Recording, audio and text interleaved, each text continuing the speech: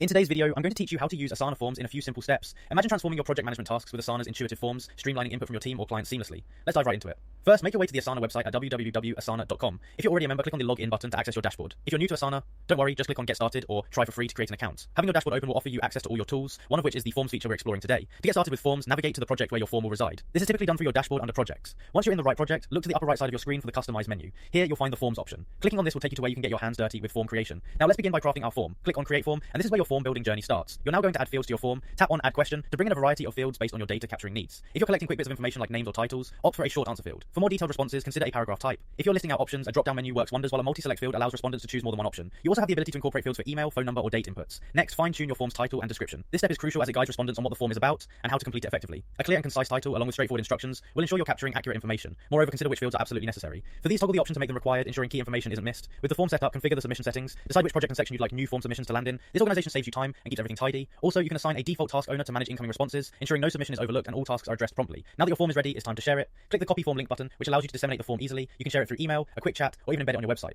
One of the most convenient features is enabling submissions from anyone with the link, whether they have an Asana account or not. Just like that, you've unlocked the power of Asana forms to streamline your workflow and enhance collaboration. Thanks for watching, and happy form creating.